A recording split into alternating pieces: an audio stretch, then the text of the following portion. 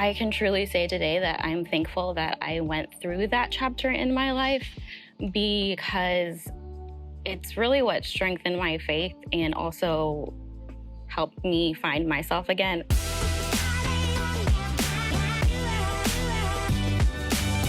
What's going on, everybody? Welcome to the latest episode of Off the Clock podcast. I'm your host, Jared, from the marketing team, and we have a very special guest today. She flew on her private jet all the way from Atlanta, Georgia, and by flew, I mean drove a car. Drove, yes. Susan Frasier, marketing coordinator extraordinaire, influencer organizer, and we have a big influencer event tonight, don't we? Yeah, we do. Can you tell us a little bit about the event and what you've been working on with planning it? Yeah, so today is April 23rd. It's known nationally as Creator Day, which marks the posting of the first YouTube video posted 20 years ago. So we took this day and just kind of made it a day to honor local influencers and creators, and we're throwing an event for them later just to kind of celebrate them with a fun dinner and some games and hang out. Yeah, it's going to be a lot of fun. Susan's put a lot of work into this. We have, how many influencers do we have in total? I think about 20 right now. 20. So we have 20 influencers. Some of them we're already in partnership with as well in our Cincinnati, Columbus, and Dayton markets. And it's just a really great way to get involved with the community with 5-Star Home Services, reach new audiences, and also grow our social platforms too. So yeah, kudos to Susan. She's done just such an excellent job launching this program. Thanks. That's our icebreaker. Are you ready to get in some questions, though? Sure. Yeah. Awesome, Susan. So can you share a little bit about your journey and what led you into the marketing team here at 5-Star Home Services and also just marketing in general? Yeah. So about 4 years ago, Mike Moeller, am I allowed to shout him out? Yeah, Mike Moeller. Shout out to Mike. Yeah, shout out to Mike. Thanks, Mike. Anyways, he reached out to me. He knew that I had a background in English and that I was interested in writing. So he asked me if I was interested in writing a whole lot of blogs for 5-Star. And I was like, heck yes, I'm in. So that's what kind of launched me into the marketing department. And then from there, as you know, with marketing, we kind of just take on different tasks. So now I'm also doing the role of influencer marketing as well. Yeah, absolutely. And Susan's definitely being a little modest with her role because she does a lot more than just that. She's on the content team with me, and we team up and we make sure that, posts are scheduled and going out multiple times a day across multiple channels. And these are the posts and pieces of content that our customers are engaging with and seeing every single day.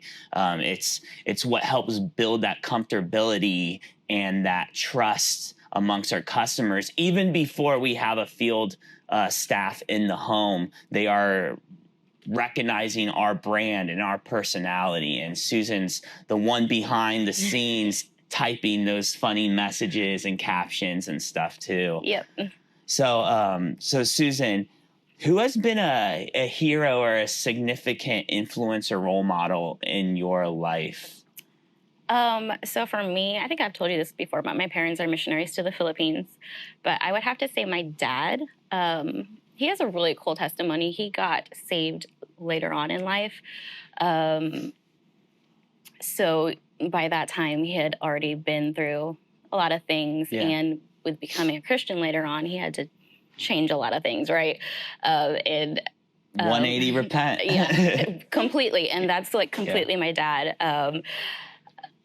All that to say, my dad is one of the most genuine, authentic Christians that I know. You know how as a believer, it's really easy to get caught up in like just a regular conversation with someone, right?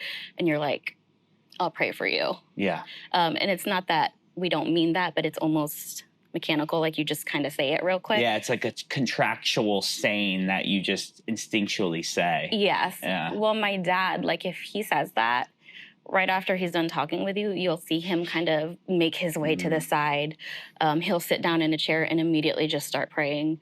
If we're like in a house, he'll go kneel by his bed right away and start praying. And that's not something I really truly appreciated that much growing up. But as an adult, now that I see just how authentic he is as a Christian now, like I really look up to that. Wow. That's a man after my own heart, because I can, that it sounds like he's truly walking alongside the Spirit in every part of his life. Yeah. I got to ask this follow-up question. How long did you live in the Philippines? That's cool. So I lived there pretty much like all my teenage years. So I was 12 to 18, so 6 years. Okay. Yep. And then I came back to the States for college. Okay. And then your parents, they were missionaries. Did they meet doing mission work prior, or what's kind of the background there? So back in the day, Okay. So my dad got saved later on in life, and he's like, oh, I should probably find a good Christian woman. So he joined a Christian pen pals thing. Oh. Pen pal. So we're showing the date here. It wasn't like Christian Tinder. Yeah, exactly. So so he wrote to my mom, and they matched in the Philippines, and then he went out to see her a couple times. They got married, and he eventually brought her back here to America. Okay. Susan's dad swiped right, and here's Susan now. Awesome. Yep. Well, I'm happy they were pen pals, and they're still married, so it worked. It worked. That's awesome. So the next question, this is kind of a topic that we've discussed on every episode of the podcast. I believe what really makes our team so special is that our ability to overcome challenges and difficulties. And every single person here at this company has some sort of story where they really went through a hardship or a struggle and had to persevere. What is a hardship or a challenge that you have faced personally, or just your career, and how did you overcome that? Yeah, so I think you kind of know a little bit about my story, but over 4 years ago, I had to go through what I like to call a life transition. And I just found myself in a situation that I had never expected to be in. Kind of had to start life over, had to move with my kids, find a new job at 5-star. It was one of the hardest things I had to go through. But I can truly say today that I'm thankful that I went through that chapter in my life, because it's really what strengthened my faith and also helped me find myself again. And I know that is so stereotypical to say, right? But when you go through some type of hardship in your life, when the ground is pulled out from under you and you're just kind of left with like the core of yourself, you're just left with nothing but yourself. And if you're a believer, Jesus. And that's what I was left with. And I was able to find myself again. And I grew up in a Christian home. So I accepted Jesus into my heart at a very early age. So I never had that aha moment growing up where I could see like a huge difference in my life. Like I know with your testimony, you have a pretty cool testimony yourself, and you had that aha moment, like I need Jesus, right? Yeah. Growing up, I didn't have that. So with this life transition, that was the moment that really, truly taught me like how to lean on Jesus. It was your Job moment, essentially. Exactly. Yeah. So all that to say, I am truly grateful for that chapter in my life because, like I said, it made me find myself again, and it really taught me to rely on the promises of God. Amen. What a beautiful answer.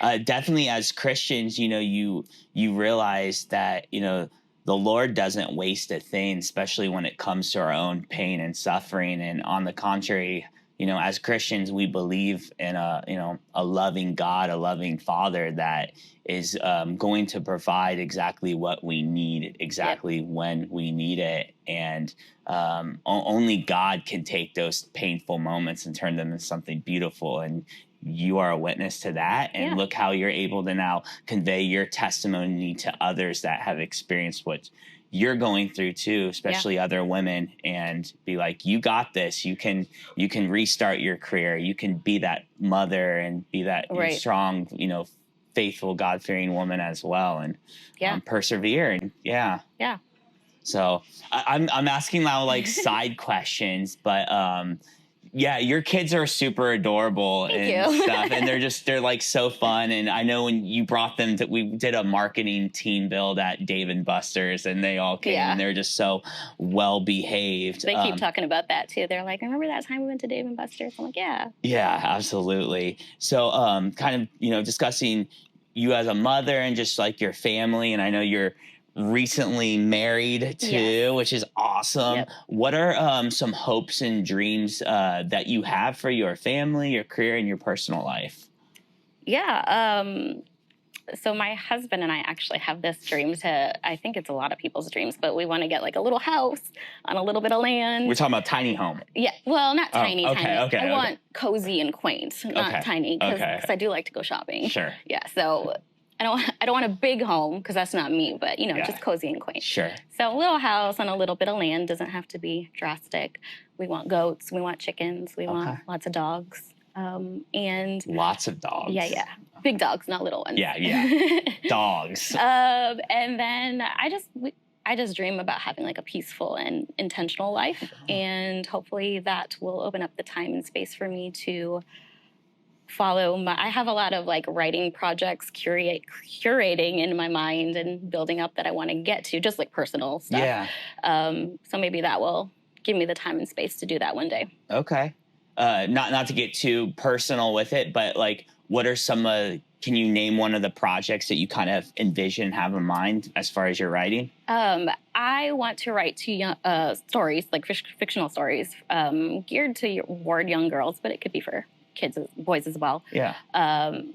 Just to encourage the kids that haven't been told to pursue their dreams, to pursue it, because there are actually a lot of kids that you would think you tell kids you can do anything, right? But there's a large demographic of kids that aren't told that. And I would like to help inspire them. And it's important, especially with adolescents, to, hear those positive words of, affirmation and just like support too. Because, man, this world will beat you down. Absolutely. It will beat you down and you'll feel defeated really quickly. And we need to uplift the youth. Like that's, Yep, 100%.